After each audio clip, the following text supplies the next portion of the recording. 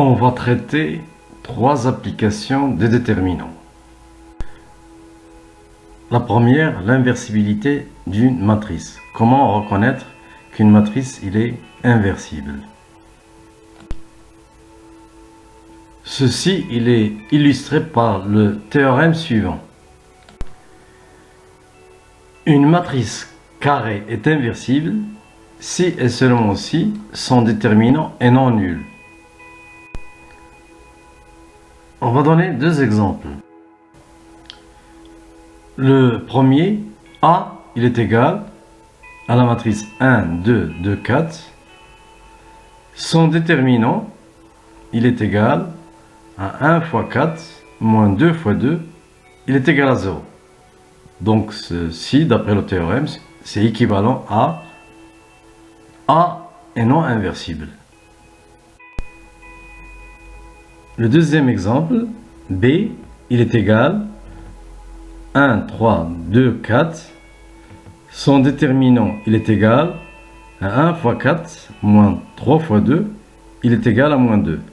C'est différent de 0. D'après le théorème, ceci est équivalent à B est inversible. Deuxième application des déterminants, le calcul de l'inverse d'une matrice carrée.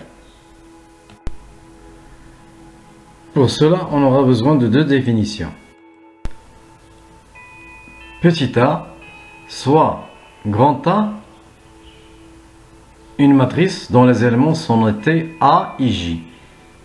I compris entre 1 et M et J compris entre 1 et N. C'est-à-dire une matrice d'ordre M fois N. On appelle transposé de A et on la note T de A, T indice en haut à gauche, la matrice dont les lignes de A deviennent des colonnes de T de A.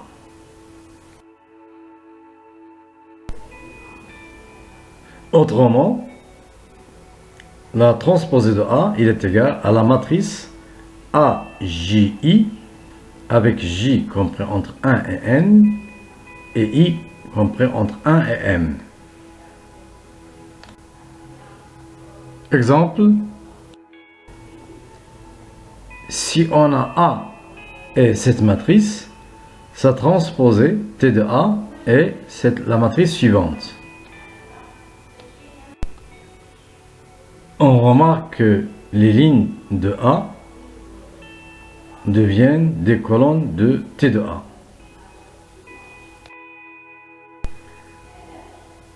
Pour la deuxième définition, petit b, soit A une matrice carrée A, I, J, c'est-à-dire I compris entre 1 et N, et J compris entre 1 et N, autrement une matrice d'ordre N. On appelle comme matrice de A la matrice des cofacteurs de A, notée comme A.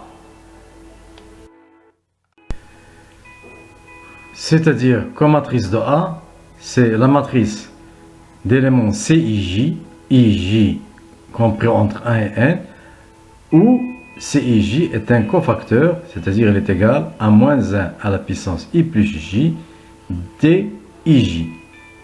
Avec DIJ, les déterminants de la matrice obtenus en supprimant la ième ligne et la jième colonne. Exemple, on va donner 2 exemples. Une matrice d'ordre 2 et une matrice d'ordre 3. Pour l'ordre 2, on considère la matrice A, il est égal à 1, 5, 2, 0. Comme matrice de A, c'est une matrice d'ordre 2 aussi. Donc calculons ces éléments. Pour l'élément situé sur la première ligne, la première colonne, on va vers la première ligne et la première colonne, c'est-à-dire 1 de A, et on coche la ligne et la colonne correspondante. Ce qui va nous rester, c'est 0. Donc le cofacteur correspondant à 1, c'est moins 1 à la puissance 1 plus 1 fois 0. On fait de même pour l'élément situé sur la première ligne, la deuxième colonne. Le cofacteur correspondant à 5, c'est moins 1 à la puissance 1 plus 2 multiplié par 2. De même pour l'élément situé sur la deuxième ligne et la première colonne, le cofacteur c'est moins 1 à la puissance 2 plus 1 multiplié par 5. Et finalement, le dernier, c'est-à-dire situé sur la deuxième ligne et la deuxième colonne, c'est moins 1 à la puissance 2 plus 2 multiplié par 1. Ce qui nous donne comme calcul la matrice 0, moins 2, moins 5, 1. Le deuxième exemple, c'est une matrice B d'ordre 3. La comatrice de V, il est égal à la matrice d'ordre 3 dont les éléments sont les cofacteurs correspondant à chaque élément de la matrice B. Et ceci nous donne le calcul suivant. On vient donc de définir la notion de transposé d'une matrice et la notion de comatrice d'une autre matrice, une matrice carrée. Donc, on peut énoncer le théorème suivant. Si A est inversible, son inverse A-1 est égal au produit du scalaire 1 sur déterminant de A multiplié par la matrice transposée de la comatrice de A. Autrement, on a la formule A-1, il est égal à 1 sur det A multiplié par transposé de comatrice de A.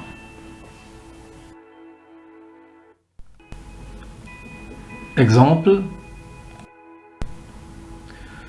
soit A la matrice suivante.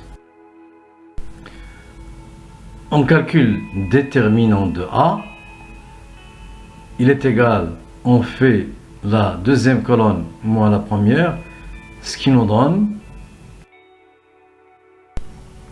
on obtient donc 2 zéros sur la première ligne. On va donc calculer ce déterminant par rapport à la première ligne, ce qui nous donne donc aussi le sous-déterminant, donc 1, 1, moins 2, 1, qui est égal à 3. Et ça, c'est différent de 0. Donc, A est inversible. Calculons son inverse A-1. Comme matrice de A, il est égal à la matrice des cofacteurs suivantes. Et après le calcul, ça nous donne cette matrice.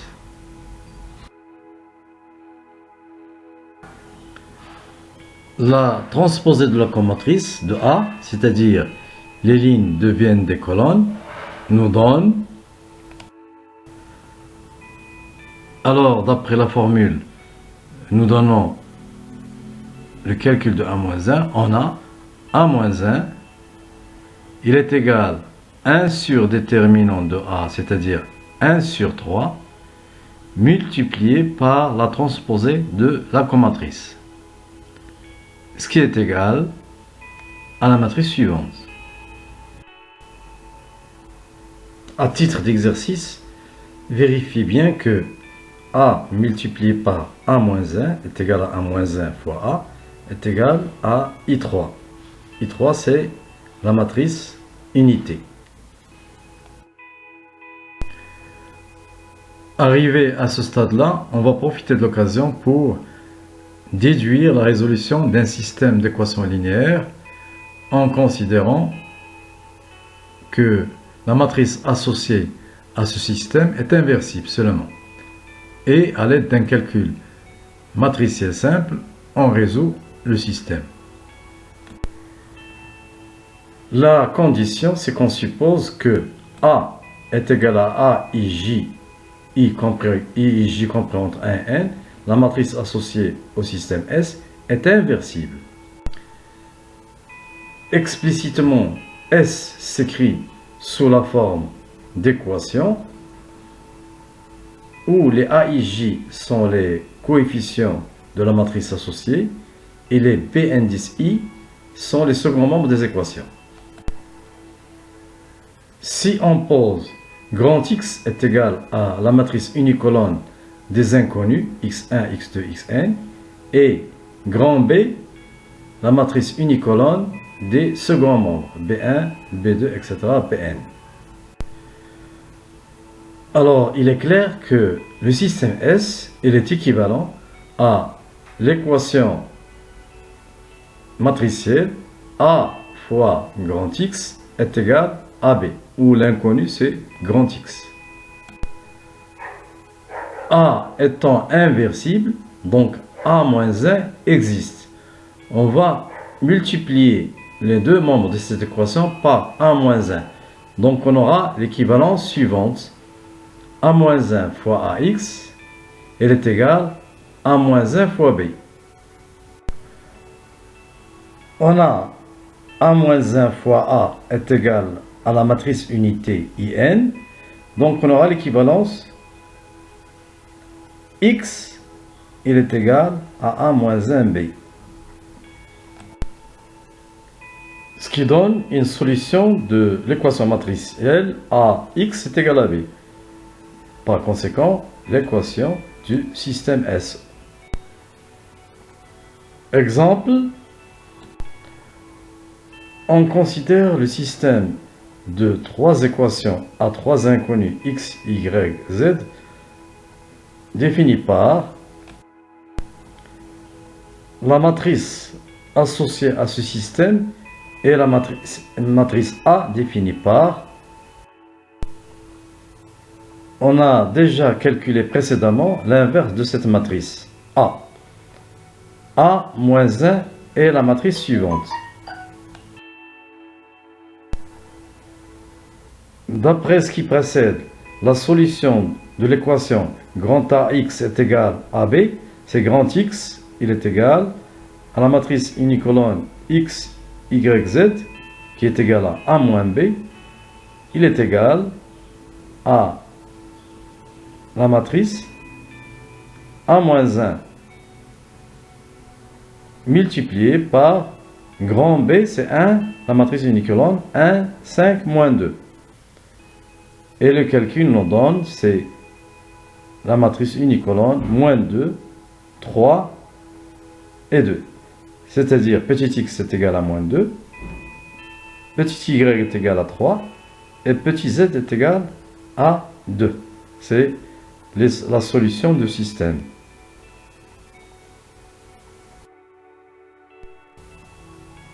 On va donner la troisième application des déterminants, c'est la résolution d'un système linéaire carré par la méthode de Cramer. Soit est un système d'équations linéaires défini par ces équations, soit A, il est égal à la matrice des A et J, I comprend entre 1 et N, et J comprend entre 1 et N, la matrice associée au système S.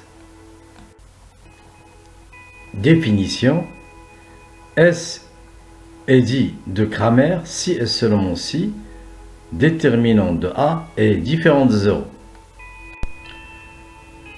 On va donner un théorème qui va donner la solution d'un système de Cramer. Théorème: un système de Cramer admet une seule solution x1, x2, etc., xn donnée par les formules x1 est égal à d1 sur d, x2 est égal à d2 sur d, etc. xn est égal à dn sur d. Avec d, il est égal à le déterminant de A.